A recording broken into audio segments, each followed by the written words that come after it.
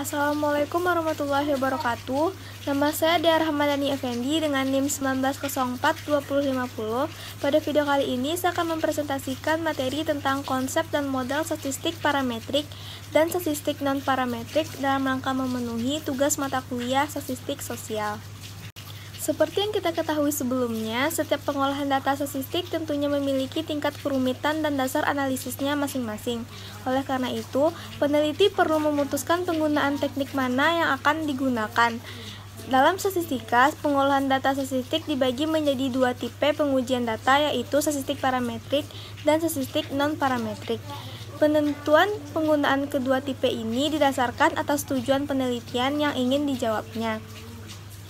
Jenis data yang diperoleh maupun ukuran jumlah sampel yang digunakan dalam penelitian.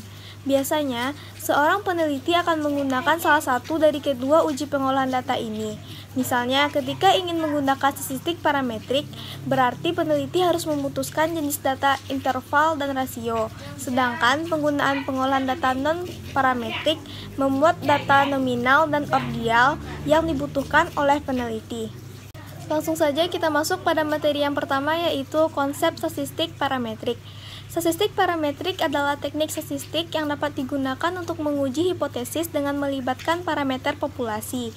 Keterbatasan yang dimiliki oleh statistik parametrik adalah penggunaan jenis data minimal, yaitu jenis data interval dan jenis data rasio. Syarat menggunakan statistik parametrik apabila kita dapat mengetahui sebaran populasi yang kita amati telah memenuhi distribusi normal. Statistik parametrik juga diartikan sebagai pengolahan data statistik yang dianjurkan dalam sebuah penelitian. Hal ini karena banyak kelebihan dari segi output yang dihasilkan. Namun, persyaratan pengujian yang juga terbilang rumit. Salah satu persyaratan pengujian dalam pengolahan data statistik ini adalah pengukuran sebuah sampel. Selanjutnya adalah model statistik parametrik. Di sini saya akan menjelaskan dua model. Yang pertama yaitu data dengan skala interval dan rasio. Skala pengukuran interval dan rasio ini masuk ke dalam data kuantitatif. Skala interval adalah skala numerik di mana kita bisa mengetahui urutan dan perbedaan jarak antar kedua data.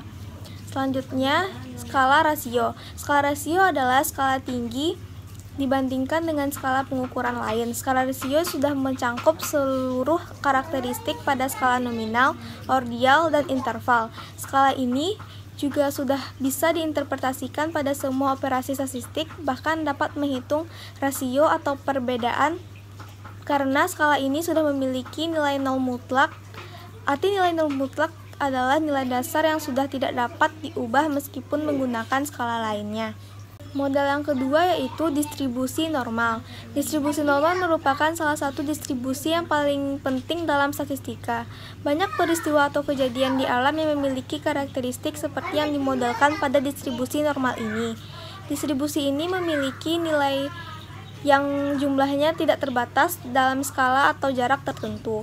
Pada hakikatnya, proses kejadian di alam dengan berbagai macam pengukuran menunjukkan gejala normal, bagaimana berlakunya hukum bilangan atau law of large number, di mana kejadian ini di alam dan perilaku manusia beraneka ragam.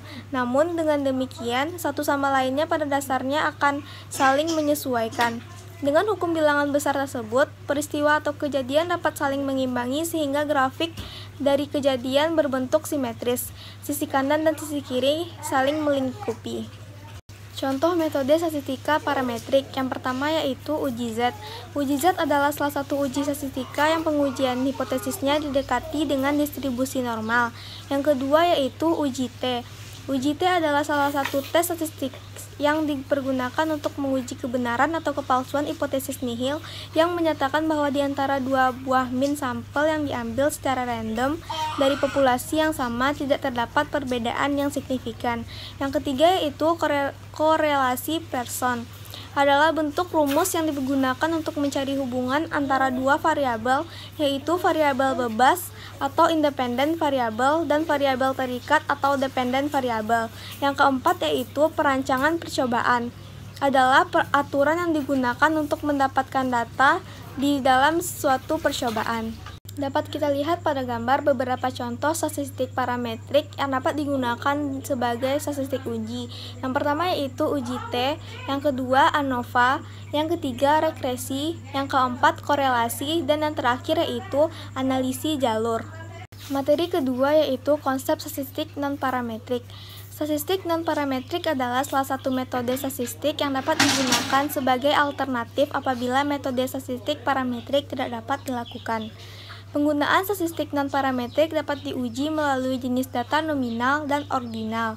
Penerapan statistik non-parametrik juga biasanya dapat dijumpai di kasus-kasus penelitian ilmu sosial. Contoh metode yang digunakan dalam pengolahan data statistik non-parametrik adalah Q-square test, korelasi Squarman, probabilitas Fisher, Wilcoxon test, dan masih banyak lagi lainnya. Selanjutnya yaitu model statistik non-parametrik. Yang pertama, data dengan skala nominal dan ordinal. Skala nominal adalah skala yang hanya bisa membedakan benda atau peristiwa yang satu dengan lainnya berdasarkan nama atau predikat. Misalnya, jenis kelamin diberi kode 1 untuk laki-laki dan kode 2 untuk perempuan. Angka ini hanya berfungsi sebagai label.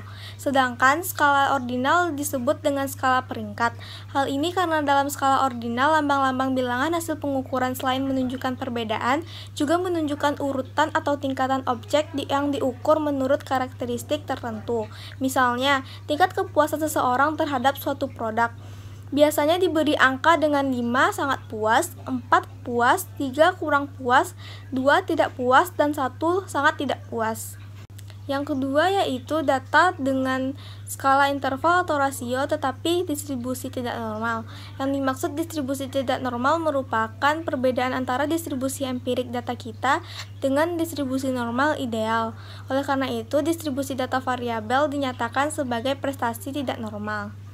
Contoh metode statistika non-parametrik yang pertama yaitu uji data atau sintes adalah menghitung selisih pasangan nilai data dari sampel pertama dengan sampel kedua. Kemudian dihitung jumlah selisih pasangan data yang positif dan jumlah selisih pasangan data yang negatif.